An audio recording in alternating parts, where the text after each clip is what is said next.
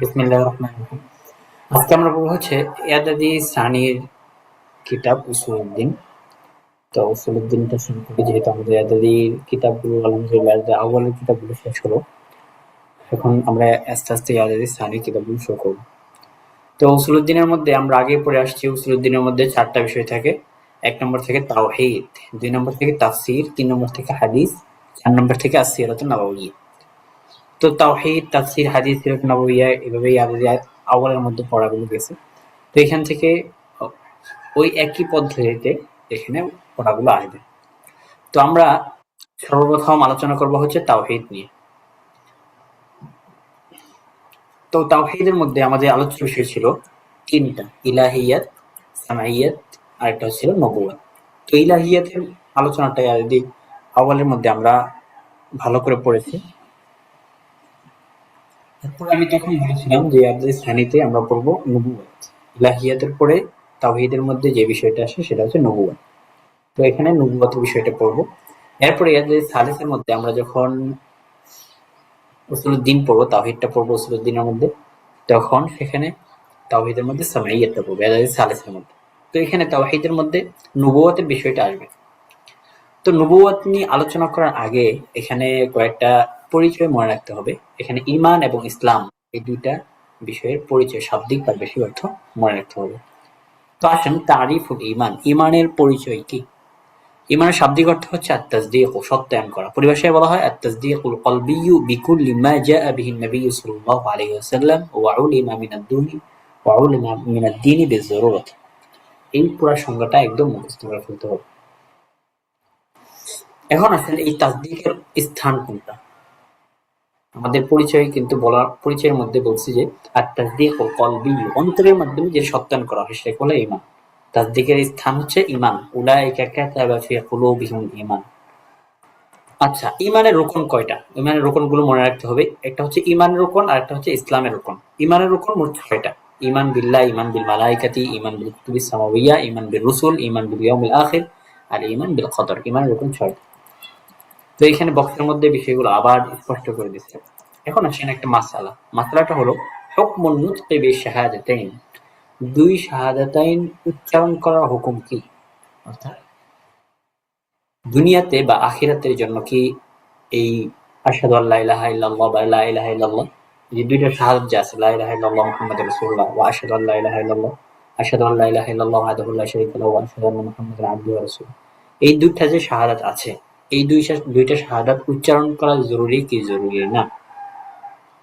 তো বলছে যে এখানে আন-নুতকু বিশ-শাহাদাতাইন শারতুন লিইজরাইল আহকামিদ দুনওয়িয়্যাতি, অর্থাৎ দুনিয়ার বিধিবিধানকে চালু করার জন্য, জারি করার জন্য এই সাক্ষ্য দুইটা মুখে উচ্চারণ করা এটা শর্ত। যেমন অন্যান্য আমল, নামাজ, রোজা, যাকাত, হজ, এগুলো যেরকম ইমানের বা তাসদীকে কলবির আলামত, ঠিক তদ্রূপভাবে এই শাহাদাতাইনকে উচ্চারণ করা এটাও ইমানের আলামত। ঠিক আছে? সুতরাং ফাহুয়া শারতুন লিমুআমালাতিল ইনসান মুআমালাতুল মুসলিমিনা ফিল উমুরিদ দুনওয়িয়্যাতি কায-যাওয়াজ ওয়াল মিরাস ওয়া ফি মাকাবিলিল মুসলিমিন ওয়া গায়রি যালিক। সুতরাং সেই ক্ষেত্রে একজন মানুষ যখন আন-নুতকু বিশ-শাহাদাতাইন করবে, অর্থাৎ 2 সাক্ষ্য সে উচ্চারণ করবে, দুইটা সাক্ষ্য উচ্চারণ করবে, 2টা সাক্ষ্যর ব্যাপারে সে উচ্চারণ করে পড়বে, তখন তার সাথে দুনিয়ার যত বিষয় আছে সেরকম মুসলমানের সাথে যেরকম লেনদেন করা হয় তার সাথেও সেই লেনদেন করা হবে। মুআমালা বলতে এখানে কি উদ্দেশ্য? যেমন জাওয়াজের ক্ষেত্রে 2জন সাক্ষী উপস্থিত থাকা জরুরি, যেহেতু সে আন-নুতকু বিশ-শাহাদাতাইন এই শাহাদাতটা বলছে, এই কারণে তার বিবাহের ক্ষেত্রে 2জন সাক্ষী লাগবে। এরপর মিরাসের ক্ষেত্রে সে যে পুরুষ হয় তাহলে তাকে লিযাকারি মিসলু হাযযিল উনসায়াইনের ভিত্তিতে, অর্থাৎ মেয়ের 2 গুণ বেশি পাবে পুরুষ হিসেবে, আর যদি মেয়ে হয় তাহলে ব্যয়ের অর্ধেক পাবে। এমনিভাবে ফি মাকাবিলিল মুসলিমিন, যদি সে আন-নুতকু বিশ-শাহাদাতাইন করে, অর্থাৎ এই শাহাদাতটা পড়ে, তাহলে সেই ক্ষেত্রে তাকে মুসলমানদের মাকবারায় দাফন করা হবে। এই সমস্ত দ্বীনি বিষয়াবলী, বিধানাবলী তার উপর চালু করার জন্য আন-নুতকু বিশ-শাহাদাতাইন বা সাক্ষ্য দেওয়া, শাহাদাত উচ্চারণ করা এটা জরুরি। আর যে ব্যক্তি অন্তরে সত্যায়ন করলো কিন্তু জিহ্বার মাধ্যমে সেটা প্রকাশ করলো না, উচ্চারণ করলো না, মিন গায়রি রাফতিন মিনহু লিন-নুতকি, অর্থাৎ সে এই উচ্চারণের ব্যাপারটা প্রত্যক্ষণও করে নাই, অন্তরে সে স্বীকার করলো যে আল্লাহ তাআলা আছে, হ্যাঁ লা ইলাহা ইল্লাল্লাহ মুহাম্মাদুর রাসূলুল্লাহ, এমনি ভাবে সে এটা উচ্চারণ করে নাই। যদি তার কাছে চাওয়া হতো সে যে সেটাকে অস্বীকারও করতো না। বিহাইসু লাউ তুলিবা মিনহু আন নুতকু বিশাহাদাতাইন লাফআল, যদি তার কাছে বলা হতো হ্যাঁ তুমি পড়ো, শাহাদাত পড়ো, তাহলে সেটা করতো। ফাহুয়া মুমিন ইনদাল্লাহি তাআলা নাজিম মিনাল খুলুদি ফিন-নার, সে আল্লাহ তাআলার কাছে মুমিন, সে জাহান্নাম থেকে চিরস্থায়ীভাবে মুক্তি পাবে, অর্থাৎ সে খালিদ ফিন-নার হবে না, জাহান্নামে চিরস্থায়ীভাবে থাকবে না, এর থেকে মুক্তি পাবে। তবে দুনিয়ার এতবারে আমরা কি হুকুম দিব? দুনিয়ার এতবারে আমরা বলবো সে মুমিন না, তার সাথে অমুসলিমদের সাথে যেরকম ভাবে দাফন করা হয় অমুসলিমদেরকে, ঠিক তদ্রুপভাবে তাকে এরকম ভাবে অমুসলিমদের মতো দাফন করা হবে।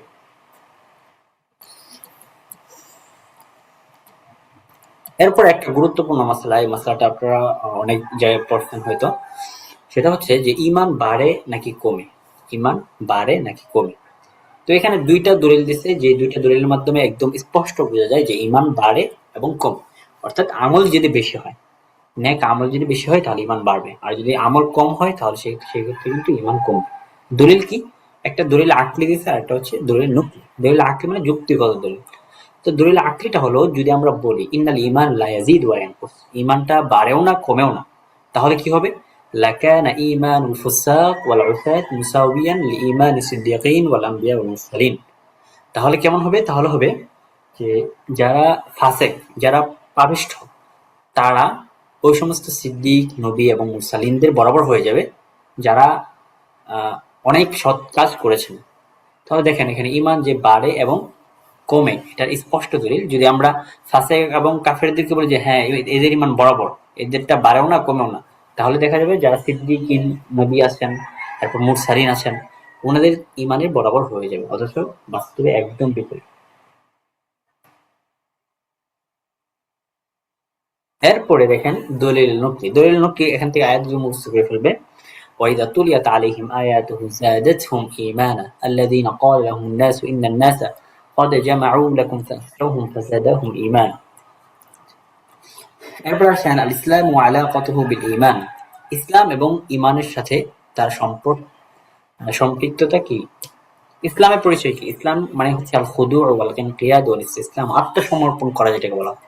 পরিভাষায় বলা হয় ওয়াল ইমতিসাল ওয়াল ইযআনু যাহিরু লিকুল্লি মা জাআ বিহি নবী সাল্লাল্লাহু আলাইহি ওয়াসাল্লাম, অর্থাৎ আল্লাহ নবী সাল্লাল্লাহু আলাইহি ওয়াসাল্লাম যত যা কিছু নিয়ে এসেছেন এই সবগুলো আদেশ বাস্তবায়ন করা, প্রকাশ্যে অনুগত করা, এটাকে বলা হয় ইসলাম। ইসলামের রুকন কয়টা? ইসলামের রুকন 5টা, ঈমানের রুকন কিন্তু 6টা ছিল। ইসলামের রুকন 5টা, শাহাদাতু আল্লা ইলাহা ইল্লাল্লাহ ওয়া আন্না মুহাম্মাদুর রাসূলুল্লাহ ওয়া ইকামিস সালাতি ওয়া ইতাইজ যাকাতি ওয়া সাওমি রমাদান ওয়া হজ্জিল বাইতুল হারাম লিমান ইসতাতাআ ইলাইহি সাবিলা, এই রুকনগুলো মনে রাখতে হবে। আচ্ছা, এরপরে আসেন আমাদের মূল আলোচনা, নবুয়ত। আচ্ছা, এখানে একটা বয়ান করতে, এই বয়ানটা হলো যে হাজাতুল বাশার ইলা রিসালাতিল আসমাউইয়্যাহ, অর্থাৎ একজন মানুষের জন্য এই আসমানি রিসালাতের প্রয়োজন কেন? এই কেন জবাবে এখানে একটা পুরা বয়ান করে দিচ্ছে। এই বয়ানগুলো আপনারা আমি সংক্ষেপে বলে দিই, বয়ানগুলো একটু মনে রাখবেন।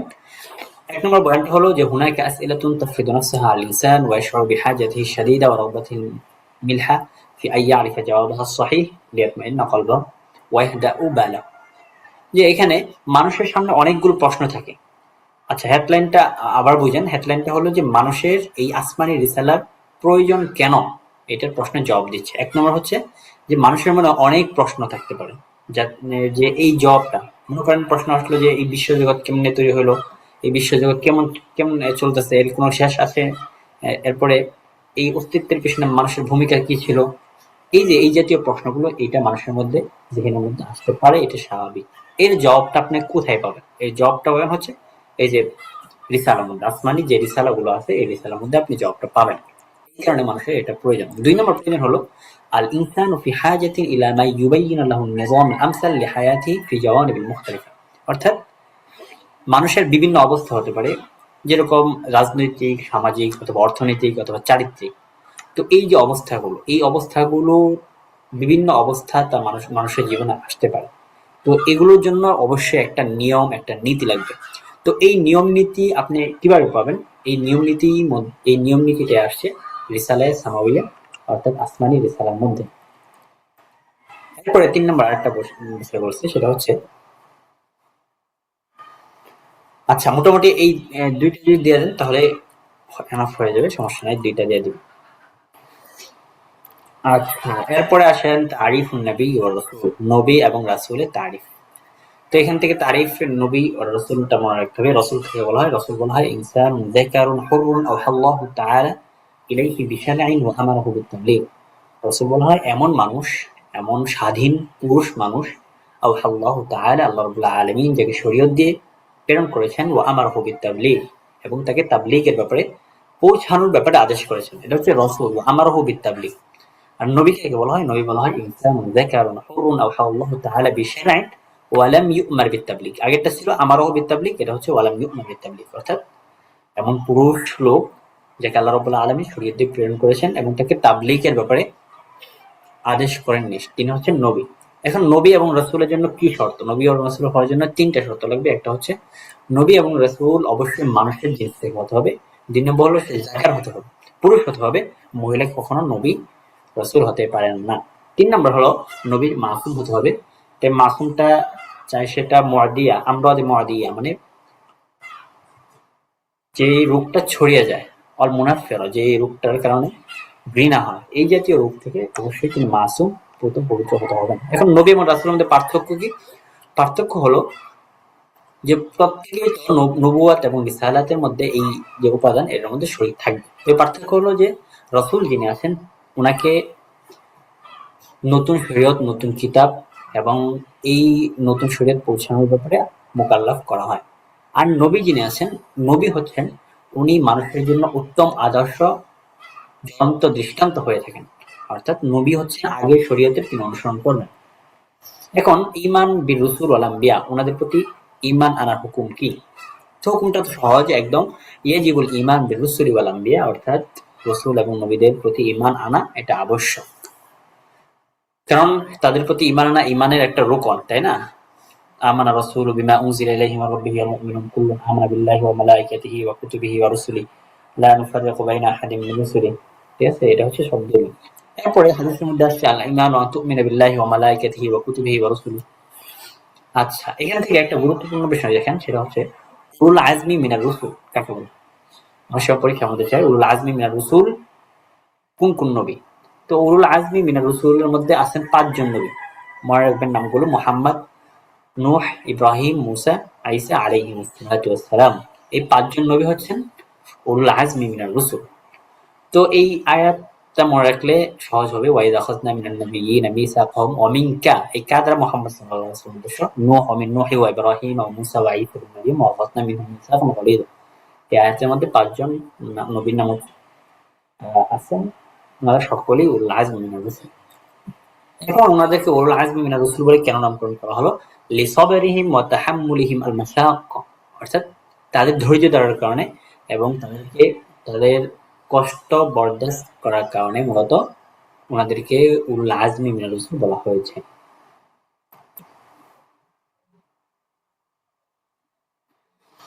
আচ্ছা, এখান থেকে আলোচনা করবে আল ওয়াজিবু ফি হাক্কি রুসুলি ইজমালান ওয়া তাফসীলান।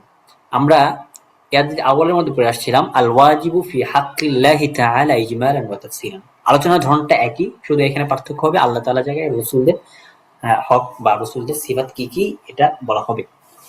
তো ওখানে আমরা আলোচনা করেছিলাম যে আল্লাহ তাআলার জন্য কোন কোন সিফাত সংক্ষিপ্তভাবে বা ইজমালান আবশ্যক এবং তাফসীলান কয়টা সিফাত আবশ্যক, সেখানে 13টা সিফাত দিয়েছিল। তো এখানে রাসূলদের হকের ক্ষেত্রে ইজমালান কোন কোন বিষয় আবশ্যক আর তাফসীলান বিস্তারিত কোন কোন সিফাত আবশ্যক, এখানে সংক্ষিপ্তভাবে আলোচনা করব।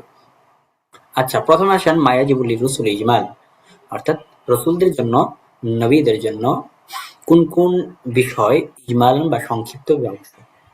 ইয়াজিবু লিররুসুলি ইজমালান কুল্লু কামালিন বাশারিয়্যিন ইয়ালিকু বিযাওয়াতিহিম ওয়া মাহাম্মাতিহিম كالعدل والصبر والقناعة والشجاعة والكرم والوفاء ورفعة النصب। অর্থাৎ আল্লাহ রসুলদের জন্য সংক্ষিপ্তভাবে মানুষ হিসেবে যত কামালিয়াত আছে এই সবগুলো তাদের জন্য আবশ্যক। ইয়ালিকু বিযাওয়াতিহিম, যেটা তাদের জাতের সাথে এবং তাদের পেশার সাথে উপযুক্ত হয়। যেমন ইনসাফ, এরপরে সবার ধৈর্য ধারণ, অল্পতিষ্ঠ, সাহসিকতা, আল কারম সম্মানীয়তা, এরপরে আল ওয়াফা ওয়াদা পূরণ ও রফাতুন নাসাব উচ্চ বংশীয়। এই সমস্ত যত কামালিয়াত সিফাতগুলো আছে সবগুলো রসুলদের জন্য আবশ্যক। এটা হচ্ছে ইজমাল। এরপর আসেন তাফসীরান, মা ইয়াজিবু লিররুসুলি তাফসীরান, কোন কোন সিফাত রসুলদের জন্য আবশ্যকীয়। এর মধ্যে 4টা সিফাত আছে, যে 4টা সিফাত প্রত্যেক রসুলদের মধ্যে পাওয়া যেতে হবে। 1 নম্বর হচ্ছে আমানাত, 2 নম্বর হচ্ছে সিদকু, 3 নম্বর হচ্ছে তাবলীগু, 4 নম্বর হচ্ছে ফাতওয়ানা। আমানত মানে তো আমানতদারিতা, সিদকু সত্যবাদিতা, আর তাবলীগ মানে মুবাল্লিগ আর কি, পৌঁছে দেওয়া, আল্লাহ তাআলার বিধানকে পৌঁছে দেওয়া, ফাতওয়ানা বুদ্ধিমত্তা। এই 4টা সিফাত অবশ্যই লাগবে ওনাদের মধ্যে। সবগুলোর পরিচয় দেবে সাথে দলিল। 1 নম্বর হলো আল আমানা আও আল ইসমা, আমানতদারিতা অথবা সমস্ত গুনাহ থেকে মুক্ত হওয়া। তো আমানত দ্বারা কি উদ্দেশ্য? আমানত এর পরিচয় হলো হিয়া হিফজুল্লাহি যাওয়াহিরুল আম্বিয়া ওয়া বাওয়াতিনহুম আনিল মাআসি আল কাবাইর ওয়াস সাগাইর। অর্থাৎ আল্লাহ রাব্বুল আলামিন নবীদের বাহ্যিক এবং তাদের অভ্যন্তরীণ বিষয়কে হেফাজত করেন আনিল মাআসি, গুনাহ থেকে, চাই সেটা কবিরা গুনাহ হোক সগীরা গুনাহ হোক। এখন ইসমাতুল আম্বিয়া এটা ওয়াজিবুন, কিন্তু অর্থাৎ নবীদের দোষ ত্রুটি থেকে, নবীদের গুনাহ থেকে মুক্ত হওয়া এটা ওয়াজিব, কারণ আল্লাহ রাব্বুল আলামিন তাদেরকে উত্তম আদর্শ বানিয়েছেন। যেমন আল্লাহ তাআলা বলছেন লাকাদ কানা লাকুম ফি রাসূলিল্লাহি উসওয়াতুন হাসানাহ। তাছাড়া নবীরা যে ইসমত ছিলেন, নবীদের জন্য ইসমত আবশ্যক, এটা ইন্নাল্লাহা লা ইয়া'মুরু বিল ফাহশা এই আয়াতের মাধ্যমে বোঝা যায়। অর্থাৎ আল্লাহ রাব্বুল আলামিন কোনো অশ্লীল কাজের আদেশ করেন না, এবং তাছাড়া আল্লাহ রাব্বুল আলামিন তাদেরকে অনুসরণের ব্যাপারে আদেশ করেছেন। সুতরাং তারা যদি ইসমত না হইতেন, পবিত্র না হইতেন গুনাহ থেকে, তাহলে তাদেরকে অনুসরণ করা বলা হতো না। এরপর 2 নম্বর সিফাত আছে আসিদক, সত্যবাদিতা। সিদক মানে কি? সিদক মানে হচ্ছে মুতাবাকাতু খাবরির রাসূল লিল ওয়াকি' ফি দাওয়ার রিসালাতি ওয়া ফিমা ইউবাল্লিগুনাহু আনিল্লাহি তাআলা। অর্থাৎ রাসূলগণ যে খবরটা দিবেন সেটা বাস্তবতার মুওয়াফিক হবে, ফি দাওয়ার রিসালাতি, রিসালাত দাবির ক্ষেত্রে, ওয়া ফিমা ইউবাল্লিগুনাহু, এবং ওই বিষয়ের ক্ষেত্রে যে বিষয়টা ওনারা আল্লাহর পক্ষ থেকে পৌঁছে দিচ্ছেন। সিদকটা তাদের জন্য আবশ্যক, কারণ মিথ্যাবাদীরা কখনো নবী হতে পারবেন না। কারণ আল্লাহ তাআলা বলে দিয়েছেন ওয়াসাদাকাল্লাহু ওয়া রাসূলুহু, আল্লাহ এবং তার রাসূল সত্য বলেছেন। ওয়া মা ইয়ানতিকু আনিল হাওয়া, তিনি যা বলেন সেগুলো তিনি নিজের প্রবৃত্তির অনুসরণ করে বলেন না। ওয়ালাউ তাকাওয়ালা আলাইনা বা'দুল আকাওয়িল লাআখাযনা মিনহু বিল ইয়ামিন সুম্মা লাকাতা'না মিনহু আল-ওতিন। এই সমস্ত আয়াতের মাধ্যমে বোঝা যায় যে প্রত্যেক রাসূলের জন্য এই সিফাতটা আবশ্যক। 3 নম্বর সিফাত হলো আত-তাবলীগ। তাবলীগের পরিচয়, এগুলো সবগুলো পরিচয়টা মনে রাখতে হবে। তো তাবলীগকে বলা হয় ইরসাল রুসুল জামিআ মা আমারাহুমুল্লাহু বিতাবলীগিহি ইলা মান উরসিলু ইলাইহিম ওয়া লা ইয়াকতুমুনা আও ইখফুনা মিনহু শাইআন কাত্তু। অর্থাৎ রাসূলগণ ওই সমস্ত বিষয় পৌঁছে দিবেন যেই ব্যাপারে আল্লাহ রাব্বুল আলামিন তাদেরকে আদেশ করেছেন। কাদের নিকট পৌঁছে দিবেন? ওই ব্যক্তিদের কাছে যাদের নিকট এই রাসূলদেরকে প্রেরণ করা হয়েছে। ইলা মান উরসিলু ইলাইহিম ওয়া লা ইয়াকতুমুনা, এবং তারা তার থেকে কখনোই কোনো কিছু গোপন করবেন না। এই তাবলীগের দলিল কি? তাবলীগের দলিল হচ্ছে ইয়া আইয়ুহার রাসূলু বাল্লিগ মা উনজিলা ইলাইকা মির রাব্বিক ওয়া ইন লাম তাফআল ফামা বাল্লাগতা রিসালাতি। এরপরে 4 নম্বর বিষয় হচ্ছে আল ফাতানা, বুদ্ধিমত্তা। তো প্রত্যেক নবী বা রাসূলের মধ্যে এই কামালুল আকলি ওয়াজ যাকাই, পরিপূর্ণ বুদ্ধিমত্তা অবশ্যই থাকতে হবে। এর দলিল কি? দলিল তো এখানে একদম সহজ, ওয়াজাদিলহুম বিল্লাতি হিয়া আহসান ওয়া তিলকা হুজ্জাতুনা আতাইনাহা ইব্রাহিমা আলা কওমি। এরপর আছে ক্বালু ইয়া নূহু ক্বাদ জাদালতানা ফাআকসারতা জিদালানা। এরপর আছে লাকাদ কানা ফি কসসিহিম ইবরাতুল লিউলিল আলবাব।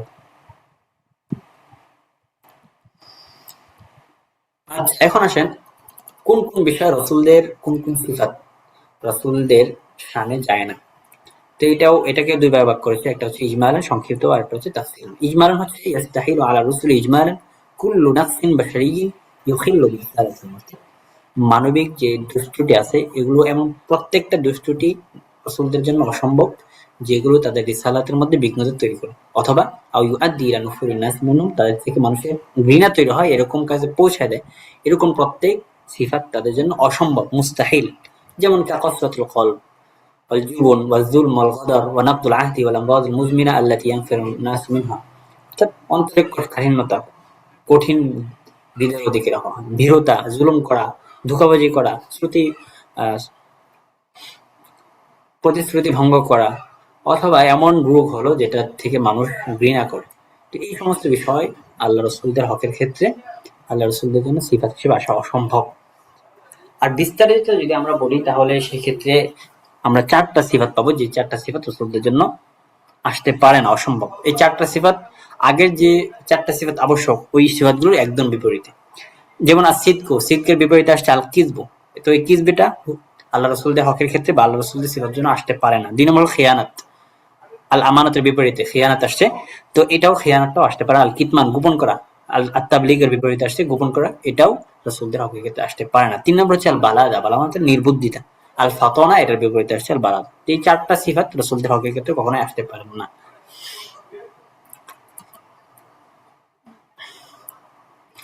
এরপরে আসেন যে রসুলদের হকের ক্ষেত্রে কোন কোন সিফাতগুলো জায়েজ। তো এখানে জায়েজ আছে যেই ওই সমস্ত বিষয়ে মানুষের যে বিষয়গুলোর মধ্যে থেকে রসুলদের তো মানুষ হন, তো রসুলদের মাঝে এই সমস্ত সিফাত আসতে পারে যেই সিফাতগুলো তাদের যে মর্যাদা, তাদের মর্যাদার ক্ষেত্রে কোনো ত্রুটি পৌঁছায় না, এরকম সিফাতগুলো আসতে পারে। যেমন খাওয়া পানাহার করা, এক কথায় পানাহার করা, ঘুমানো, এরপরে বাজারে যাওয়া, বিবাহ করা, ফসলাদি করা, ব্যবসা করা, অথবা স্বাভাবিক রোগ যেগুলো আছে এগুলো রসুলদের মাঝে আসতে পারে, এগুলো জায়েজ। যেমন কোরআনের মধ্যে বলা হয়েছে কুল সুবহান রাব্বি হাল কুনতু ইল্লা বাশারার রাসূলা, আমি যে মানুষ, ওমা আরসালনা ক্বাবলাকা মিনাল মুরসালিন ইল্লা ইন্নাহুম লায়াকুলুনা আত-তাআম ওয়া ইয়ামশুনা ফিল আসওয়াক ওয়া ইযা মারিদতু ফাহুয়া ইয়াশফিন, রাসূলরাও অসুস্থ হতে পারেন। এরপর আসেন হুকম ইরসালি রসুল, রসুলদেরকে প্রেরণ করার হুকুম কি। তো রসুলদেরকে যে আল্লাহ রাব্বুল আলামিন প্রেরণ করেছেন, এটা আল্লাহ রাব্বুল আলামিনের পক্ষ থেকে এটা রহমত, ফজল, করম, আল্লাহ রাব্বুল আলামিন এটা দিয়েছেন, এটা আল্লাহ রাব্বুল আলামিনের জন্য আবশ্যক ছিল না। লা ইউসআলু আম্মা ইয়াফআলু ওয়া হুম ইউসআলুন, আল্লাহু ইসতাফি মিনাল মালায়েকাতি রাসূলান ওয়া মিনান নাস ইন্নাল্লাহা সামিউন বাসীর, লাকাদ মান্নাল্লাহু আলাল মুমিনিনা ইয বা'আসা ফীহিম রাসূলাম মিন আনফুসিহিম। সব আয়াতগুলো হচ্ছে যে আল্লাহ রাব্বুল আলামিন এগুলো সব আমাদের উপর, মুমিনদের উপর অনুগ্রহ করেছেন যে আমাদের মাঝে রাসূল প্রেরণ করেছেন। আচ্ছা, এরপরে আসেন গুরুত্বপূর্ণ একটা পড়া, এটা অনেক সময় পরীক্ষার মধ্যে চাই, সেটা কি, সেটা হচ্ছে মুআজিজা। মুআজিজা কাকে বলে। তো মুআজিজা আরো বিভিন্ন প্রকার আছে, এই প্রকারগুলো সামনে আলোচনা করতেছি। তো এখান থেকে মুআজিজার পরিচয়টা ভালো করে মুখস্থ করলে সামনে আরো প্রকারগুলো আসতেছে, প্রায় 6টা প্রকার, এই 6টা প্রকার বুঝতে পারবেন। তো এই 6টা প্রকারের মধ্যে এই এখানে কয়েকটা এক লাইন পড়া, এই যে এই পর্যন্ত, হিয়া আমরুন খারিকুন লিল আদা ইউযহিরুল্লাহু তাআলা, এতটুকু সবগুলোর মধ্যে থাকবে মুআজিজার বিভিন্ন প্রকার আসবে। তো এখান থেকে মুআজিজার পরিচয়টা ভালো করে মুখস্থ করতে হবে। মুআজিজা কাকে বলা হয়, মুআজিজা বলা হয় হিয়া আমরুন খারিকুন লিল আদা ইউযহিরুল্লাহু আলা ইয়াদি মুদ্দাঈ নুবুওয়াতি ওয়াফকা মুরাদিহি তাসদীকান লাহু ফি দাওয়াহু মাকরুনান বিত-তাহাদ্দি মা আদামিল মুআরাদ। তো এখানে পরে মুআজিজার ব্যাখ্যা করেছে, মুআজিজার সেটা কওল হতে পারে অথবা ফেল হতে পারে। কওল যেমন কোরআনে কারীম, ফেল যেমন আমাদের নেতা সালেহ আলাইহিস সালামের মুক্তি, এটা হচ্ছে ফেল। অথবা কোনো বিষয়কে বর্জন করার মতো হতে পারে মুআজিজাটা, যেমন ইব্রাহিম আলাইহিস সালামকে কিন্তু আগুন পুড়ে নাই, তো এটাকে ছেড়ে দেওয়া হয়েছে, এটাকে তরক বলা হয়। আর এই সব সময় মুআজিজাটা দুনিয়ার যা বিশ্ব বা বিশ্বের যে নিয়ম নীতি, এটা সব সময় বিপরীত হয়, এটা হচ্ছে মুআজিজা। তো মুআজিজার মতো আরো কয়েকটা বিষয় আছে, সেগুলো হচ্ছে কারামাত, মাউনাত, ইরহাস, ইস্তিদরাজ, ইহানা, এই 5টা বিষয়। অর্থাৎ মুআজিজা যেরকম স্বাভাবিক অভ্যাসকে বিঘ্নতা তৈরি করে দেয়, স্বাভাবিক অভ্যাসের বিপরীত আসে, ঠিক তদ্রূপভাবে আরো 5টা বিষয় আছে যেটা স্বাভাবিক নিয়ম নীতির বিপরীত আসতে পারে। তো এখান থেকে মুআজিজার পরিচয়টা মনে রাখতে হবে, এরপরে আসবেন বাকি পরিচয়গুলো। তো এখান থেকে প্রথম যে এক লাইন, এই এক লাইন সব সময় আসবে, ইয়া আমরুন খারিকুন লিল আদা, এতটুকু কথা সব সময় আসবে, এই 5টা প্রকারের মধ্যে আসবে। আচ্ছা, প্রথম প্রকার আসেন তারিফুল কারামা। কারামা কাকে বলা হয়, ইয়া আমরুন খারিকুন লিল আদা ইউযহিরুল্লাহু তাআলা আলা ইয়াদি আবদিন সালিহিন ইকরামান লাহু। দেখেন এখানে একটু পার্থক্য হয়েছে, আগেরটা ছিল আলা ইয়াদি আলা ইয়াদি নবী, তাই না, আলা ইয়াদি মুদ্দাঈ নুবুওয়াতি ওয়াফকা মুরাদিহি, আর এখানে আসবে আলা ইয়াদি আবদিন সালিহিন ইকরামান লাহু, সৎ বান্দার হাতে যেটা প্রকাশ পায় সেটা বলা হয় কারামাত। কারামাতুল আউলিয়াই হাক্কুন, একটা কথা আছে, ওলিদের কারামাত এটা সত্য। এখন মুআজিজা এবং কারামাতের মধ্যে পার্থক্য কি? পার্থক্য তো একদম স্পষ্ট। কারণ কি, মুআজিজাটা হচ্ছে মাকরুনাতুন বিত-তাহাদ্দি, অর্থাৎ মুআজিজার মধ্যে একটা চ্যালেঞ্জ থাকে এবং সেটা নবুয়তকে চিরস্থায়ী হিসেবে সাব্যস্ত করে দেয়। কিন্তু কারামাত এটা ওলির জন্য হয়, নবীর জন্য হয় না, অথবা কোনো সৎ বান্দার নিকট, সৎ বান্দার জন্য যে সেটা হয়, সেটা হলো কারামাত। তাছাড়া কারামাতের মধ্যে কোনো চ্যালেঞ্জ থাকে না। এরপর 2 নম্বর বিষয় হচ্ছে মাউনাত। মাউনাত কি? মাউনাত হলো أمر خارق للعادة يظهره الله تعالى على يد بعض العوام تخليصا لهم من شدة। দেখছেন এখানে একটু পার্থক্য, আলা ইয়াদি বা'দিল আওয়াম, অর্থাৎ সাধারণ একজন মানুষের হাতে বা আম মানুষের হাতে আল্লাহ রাব্বুল আলামিন যে বিষয়টা প্রকাশ করেন সেটা হচ্ছে মাউনাত। অর্থাৎ তার এই পরিমাণ ইখলাস যে আল্লাহ রাব্বুল আলামিন তার সাথে এই এই মাওনাটা প্রকাশ করেছে। এরপর হচ্ছে ইরহাস। ইরহাস কাকে বলা হয়? ইরহাস বলা হয় আমরুন খারিকুন লিল আদা ইযহিরুহু আল্লাহু তাআলা কুবাইলা বি'আসাতি নাবিয়্যিন তা'সিসান লিন-নুবুওয়া ইযলা লিস-সাহাব লিরাসূলি ক্বাবলা বি'আসাতিহি। অর্থাৎ এমন বিষয় যেটা আল্লাহ রাব্বুল আলামিন নবুয়ত নবী হিসেবে প্রেরণ করার পূর্বে যে বিষয়টা নবীদের জন্য প্রকাশ করা হয় তার নবুয়তকে দৃঢ় করার উদ্দেশ্যে। যেমন আল্লাহ রাসূল সাল্লাল্লাহু আলাইহি ওয়াসাল্লামের বিআসাতের পূর্বে কিন্তু রাসূল সাল্লাল্লাহু আলাইহি ওয়াসাল্লামকে মেঘ ছায়া দিত। তো এই যে বিষয়টা এটাকে বলা হয় ইরহাস। এরপর আসবে ইস্তিদরাজ। ইস্তিদরাজ মানে কি? আমরুন খারিকুন লিল আদা ইযহিরু আল্লাহু তাআলা আলা ইয়াদিল ফাসিকি আও আল কাফির মুদ্দাঈ লিল উলুহিয়্যাহ। অর্থাৎ এমন বিষয় যে বিষয়টা কোন ফাসিকের হাতে অথবা এমন কাফের যে নিজেকে ইলাহ দাবি করে এরকম ব্যক্তির হাতে যে বিষয়টা প্রকাশ পায় সেটাকে বলা হয় ইস্তিদরাজ। যেমন শেষ জামানায় এসে দাজ্জালের হাতে বিভিন্ন বিষয় পাওয়া যাবে যে বিষয়গুলো বিশ্বের নিয়মকানুনের বহির্ভূত। এরপরে আসে ইহানাত। ইহানাত কি? ইহানাত হলো আমরুন খারিকুন লিল আদা ইযহিরুহু আল্লাহু তাআলা আলা ইয়াদি মুদ্দাঈন নুবুওয়াতি কাযিবান। মুআজ্জিজা ছিল সিদকান, ঠিক আছে? এখানে শুধু কাযিবান লিখবেন, মুখালিফান লিমাতলুবিহি ওয়া মুরাদা। আর মুআজ্জিজার মধ্যে ছিল মুওয়াফিকান লিমাতলুবিহি ওয়া মুরাদা। ইহানায় মানে হচ্ছে যে মিথ্যা দাবিদার নবী যে তার উদ্দেশ্যের বিপরীতে যে বিষয়টা প্রকাশ পায় সেটাকে বলা হয় ইহানা। যেমন মুসাইলামাতুল কাযযাব, সে এক ব্যক্তির এক চক্ষু অন্ধ ছিল, সে এরকম হাত রাখলো যাতে করে তার চক্ষুটা ভালো হয়ে যায়, কিন্তু দেখা গেল সে হাত রাখার পরে তার আরেক যে চোখ ভালো ছিল সেটাও বন্ধ হয়ে গেল। তো এটাকে বলা হয় ইহানা, ঠিক আছে? মোট ৫টা প্রকার গেল মুআজিজার উপরে। এর মধ্যে আরেকবার বলেছি, ইকামাতটা প্রকাশ পায় সৎ বান্দার হাতে, মাউনাটা প্রকাশ পায় বাদ আওয়ামের হাতে, ইরহাসটা প্রকাশ পায় বিআসাতের পূর্বে নবীদের হাতে যে বিষয়টা প্রকাশ পায় সেটা বলে ইরহাস। এরপর ইস্তিদরাজটা প্রকাশ পায় ফাসিক অথবা যে এবং কাফের যে নিজেকে ইলাহ দাবি করে। সর্বশেষ বলে গেল ইহানা। ইহানা প্রকাশ পায় মিথ্যা যে নবী দাবি করছে তার উপর তার হাতে যে প্রকাশ পায় সেটা হলো আমরুন খারিকুন লিল আদা। আচ্ছা, আসেন এই মুজিজাত বা এই মুজিজাতের উপরে বিশ্বাস রাখার হুকুম কি? তো এর উপর বিশ্বাস রাখা এটা অবশ্যই ওয়াজিব। যদি কেউ এই মুজিজাতগুলো অস্বীকার করে তাহলে সে কাফের হয়ে যাবে। কারণ মুজিজাতগুলো অস্বীকার করা মানে নবীকে অস্বীকার, নবীকে অস্বীকার করে না আল্লাহ তাআলা অস্বীকার। তো মুজিজাতগুলো দুই প্রকার হতে পারে, একটা হচ্ছে মুজিজাতে হিসিয়া আর একটা হচ্ছে মুজিজাতে আকলিয়া। তো মুজিজাত হিসিয়া মানে হচ্ছে যে বিষয়টা দেখা যায় সেটাকে বলা মুজিজাত হিসিয়া। মুজিজাত হিসিয়ার মধ্যে যেমন আছে ইনশিকাকুল কমর, আল্লাহ রাসূল সাল্লাল্লাহু আলাইহি ওয়াসাল্লামের ইশারায় চন্দ্র কিন্তু দ্বিখণ্ড হয়ে গিয়েছিল। এরপরে নাবাউল মাই মিন বাইনি আসাবিহি শরীফা, রাসূল সাল্লাল্লাহু আলাইহি ওয়াসাল্লামের হাত মুবারক থেকে আঙ্গুল থেকে কিন্তু পানি উচ্ছারিত হয়েছিল। এরপরে হানিনুল জিজঈ আলাইহিস সালাম, রাসূল সাল্লাল্লাহু আলাইহি ওয়াসাল্লামের একটা লাঠি ছিল খেজুরের ডাল, এই খেজুরের ডাল দিয়ে তিনি খুতবা দিতেন। তো এই খুতবা দেওয়া যখন তিনি বন্ধ করে দিলেন, মানে এই ডাল দিয়ে হাতে নিয়ে যখন মেম্বারে স্থাপন হলো তখন কিন্তু এই খেজুরের ডালটা ক্রন্দন করা শুরু করেছিল। এটা বলা হয় মুআজিজাত হিসিয়া। এরপরে ইনকিলাবুল আসা হাইয়াতান লিসাইয়্যিদিনা মূসা আলাইহিস সালাম, মূসা আলাইহিস সালামের লাঠি সাপ হয়ে যাওয়া। এরপরে ঈসা আলাইহিস সালামের মৃত মানুষকে জীবিত করা। এই সবগুলো হচ্ছে মুআজিজাত হিসিয়া। আরেকটা আছে মুআজিজাত মানবিয়া, মুআজিজাতে কুবরা যেটাকে বলা হয়, সেটা হলো আল্লাহ রাসূলুল্লাহ সাল্লাল্লাহু আলাইহি ওয়াসাল্লামের জন্য সেটা হচ্ছে কোরআনে কারীম। কোরআনে কারীমকে মুআজিজাতে মানবিয়া বা মুআজিজাতে কুবরা বলা হয়। এরপরে একটা বয়ান আসছে এখানে, বয়ানটা হলো যে রিসালাতু সাইয়্যিদিনা মুহাম্মদ সাল্লাল্লাহু আলাইহি ওয়াসাল্লাম ওয়া উমুমি। বয়ানটা একদম সহজ যে আমাদের মুহাম্মদ সাল্লাল্লাহু আলাইহি ওয়াসাল্লামের রিসালাত এটা ছিল ব্যাপকভাবে, এটা একদম কিয়ামত পর্যন্ত যত মানুষ আসবে সবার জন্য এটা আম, চাই সে মানুষ হোক জিন হোক। এই প্রত্যেক জামানা প্রত্যেক মাকানের জন্য এই দিনটা এই শরীয়তটা উপযুক্ত। এটা দলিল কি? দলিল তো আছে কুল ইন ইজতামাআতিল ইনসু ওয়াল জিন্নু আলা সেটা দলিল না, দলিল হচ্ছে যে ওমা আরসালনাকা ইল্লা রাহমাতাল লিল আলামিন, ঠিক আছে? এই সমস্ত আয়াত হচ্ছে দলিল।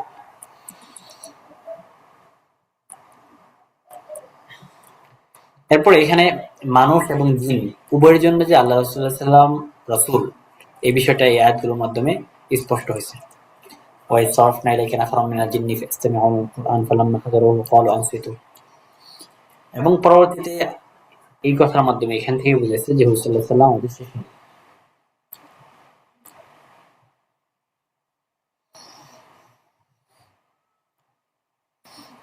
আচ্ছা, মোটামুটি এ পর্যন্ত আমাদের তাওহীদটা শেষ হলো। তো আমি ক্লাসের শুরুতে বলছি, আপনারা যদিও ছিলেন না হয়তো, যে আমাদের তাওহীদের মধ্যে ৩ টা বিষয় নিয়ে আলোচনা করা হয়। ১ নম্বর বিষয় হচ্ছে ইলাহিয়াত, ২ নম্বর বিষয় হচ্ছে নবুয়াত, ৩ নম্বর হচ্ছে সামাইয়াত। তো ইলাহিয়াতের বিষয়টা আমরা ইয়াদাদি আউয়ালের মধ্যে পড়েছি।